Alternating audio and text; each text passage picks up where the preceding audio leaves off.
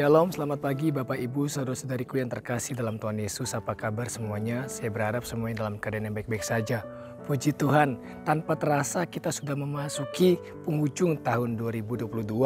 Kita harus mengerti definisi iman yang sesungguhnya, agar kita dapat memperoleh kekuatan dan kepastian dalam memasuki tahun baru 2023 dan tahun-tahun berikutnya. Mari kita bersama-sama membuka perenungan ayat firman Tuhan yang terambil dalam Matius 17 ayat 20. Demikian firman Tuhan, ia berkata kepada mereka, karena kamu kurang percaya, sebab aku berkata kepadamu, sesungguhnya sekiranya kamu mempunyai iman sebesar biji sesawi saja, kamu dapat berkata kepada gunung ini, pindah dari tempat ini ke sana, maka gunung ini akan pindah dan takkan ada yang mustahil bagimu. Haleluya. Mungkin saudara seringkali kita bertanya-tanya, seberapa besarkah ukuran biji sesawi itu? Ukuran biji sesawi besarnya kurang lebih hanya seukuran biji wijen saja. Memang biji sesawi adalah benih yang paling kecil di antara yang lainnya. Tetapi saudara, apabila ia sudah bertumbuh, tingginya ini bisa mencapai 4 atau bahkan ada yang mencapai tingginya 15 meter. Betapa mengagumkannya.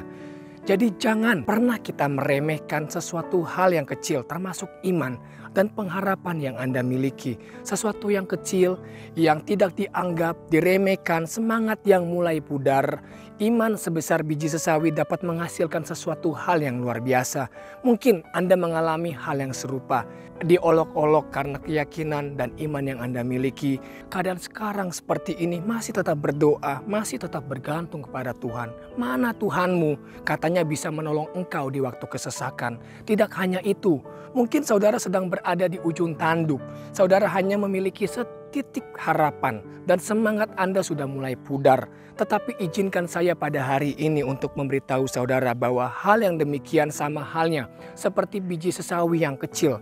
Tetapi pada akhirnya iman dan keyakinan yang diolok-olok tersebut, pengharapan yang mulai pudar akan menghasilkan, akan mengeluarkan hasil yang begitu besar. Kehidupan yang kita jalani ini bisa dianalogikan seperti sedang mengkayu sepeda. Salah satu penyebab Anda akan terjatuh dari sepeda adalah apabila ketika saudara berhenti mengayuh. Sama juga dengan keadaan yang sedang saudara gumuli. Sama juga dengan keadaan yang sedang saudara alami. Anda hanya akan benar-benar gagal ketika Anda berhenti mencoba dan menyerah dengan situasi yang sedang Anda alami. Apabila Anda mengalami keterpurukan, anggaplah itu semua hanyalah sebuah pembelajaran. Sebuah pengalaman dan pembelajaran yang mahal harganya, bernilai, agar kedepannya tak mengulangi kesalahan yang sama. Mari bangkitlah saudaraku yang gagah perkasa di dalam Tuhan. Situasinya akan berubah menjadi lebih baik. Asalkan Anda tetap menyandarkan iman dan pengharapan kita hanya kepada Kristus. Lebih baik iman yang kecil kepada pribadi yang tepat yang mampu menolong saudara daripada menaruh pengharapan yang besar kepada pribadi yang salah, kepada orang-orang, kepada manusia. Janganlah bergantung kepada manusia. Ingat, bukankah ada tertulis Paulus yang menanam, Apolos yang menyiram, tetapi Tuhanlah yang memberikan pertumbuhan. Jadi pertumbuhan hanya didapat di dalam Kristus.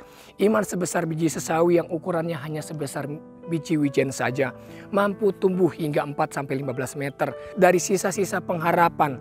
Semangat yang seadanya, ingatlah yang mampu menggenapi dan mengerjakan mujizat hanyalah Allah sendiri. Masalah yang sedang Anda hadapi itu sebetulnya adalah pintu gerbang utama untuk menerima mujizat Allah. Yang penting kita kerjakan bagian kita saudara. Kita bertindak dan melangkah terlebih dahulu. Karena iman tanpa perbuatan adalah mati. Apa bagian kita? Berdoa dan bekerja. Setelah Anda berdoa, membaca firman, lalu bekerjalah. Mulailah dari hal-hal yang sederhana seperti membuat perencanaan. Jangan sampai Anda gagal membuat perencanaan. Jika demikian, berarti kita merencanakan kegagalan. Susunan rencana berdasarkan prioritas. Mana yang harus diselesaikan terlebih dahulu dalam menghadapi permasalahan yang sedang dihadapi. Hadapi semuanya satu persatu bersama dengan Tuhan. Minta hikmat dan pengertian dari Allah agar dapat diberi petunjuk kepada kita agar bisa melalui itu semua. Sama halnya dengan Daud saudara, ketika ia sedang berada dalam kesesakan dan persoalan yang ada, meskipun hatinya kecewa, harapannya hampir padam, ia tidak mencari pertolongan yang lain, tetapi ia mencari wajah Tuhan. Lalu dengan demikian Tuhan menyingkapkan rencana-rencananya. Demikian juga dengan kita saudara. Maka dari itu, dari yang sederhana buatlah perencanaan. Mungkin Anda merasakan seolah-olah Tuhan tidak bersama-sama dengan kita. Atau mungkin Tuhan sepertinya sudah tidak sayang. Atau Tuhan sudah menjauh dari kehidupan saya. Sadarkah saudara, pemikiran-pemikiran seperti itu adalah pemikiran yang keliru. Tuhan kita adalah pribadi yang setia, pribadi yang konsisten. Allah tidak pernah meninggalkan kehidupan kita. Ia tetap berada di tempat yang sama, tetapi seringkali kitalah yang keluar dari naungan hadirat dan kuasa Allah. Ketika masalah datang, kita menjadi kecewa dan kita tidak lagi mau duduk di kakinya Tuhan. Kita malah lari menjauh dari kasih-Nya. Janganlah demikian saudara, datanglah kembali kepada Tuhan. Tangannya tetap terbuka lebar untuk saudara. Ia tetap berada di tempat yang sama dan masih mau menerima saudara. Sebagai ayat yang terakhir, Mazmur 46 ayat 3 saya akan bacakan untuk saudara. Sebab itu kita tidak akan takut, sekalipun bumi berubah, sekalipun gunung-gunung goncang di dalam laut. Ayat ini memiliki korelasi dengan ayat yang sudah kita baca di awal tadi saudara. Artinya begini, meskipun alam dan keadaan sekitar kita bergoncang, tidak akan mampu menggoncangkan umat milik Allah. Karena kita menjadikan Allah tempat perlindungan dan sumber pertolongan. Meskipun keadaan sekitar kita bergoyang, mengalami krisis, instabilitas ekonomi, tetapi perkatakan kami tidak akan tergoncangkan. Perkatakan saudara, roh yang ada dalam diri kita lebih besar daripada apapun juga. Lebih besar dari pergumulan yang saya sedang hadapi. Lebih besar dari ketakutan yang sedang menghantui saya. Roh yang ada dalam diri saya lebih besar daripada resesi dan goncangan-goncangan yang akan terjadi. Bukan karena kuat dan gagah saya, tetapi karena roh yang ada dalam diri saya. Saya akan tetap beriman kepada Tuhan, bagikan biji sesawi. Meskipun di sisa-sisa pengharapan yang ada, Tuhan mampu menumbuhkan sesuatu yang besar. Karena Allah lah yang akan memberikan pertumbuhan. Jadi saudara, tetap sandarkan iman dan pengharapan kita hanya kepada Tuhan Yesus. Haleluya, puji Tuhan. Mari kita bersatu dalam doa. Bapa di surga, terima kasih atas setiap renungan dan firman telah kami dengar ya Bapa. Kiranya Tuhan Engkau tetap menjaga dan menopang setiap kehidupan jemaat-jemaat dan setiap orang yang mendengarkan renungan ini ya Bapa. Di sisa-sisa pengharapan kami mungkin ya Bapa.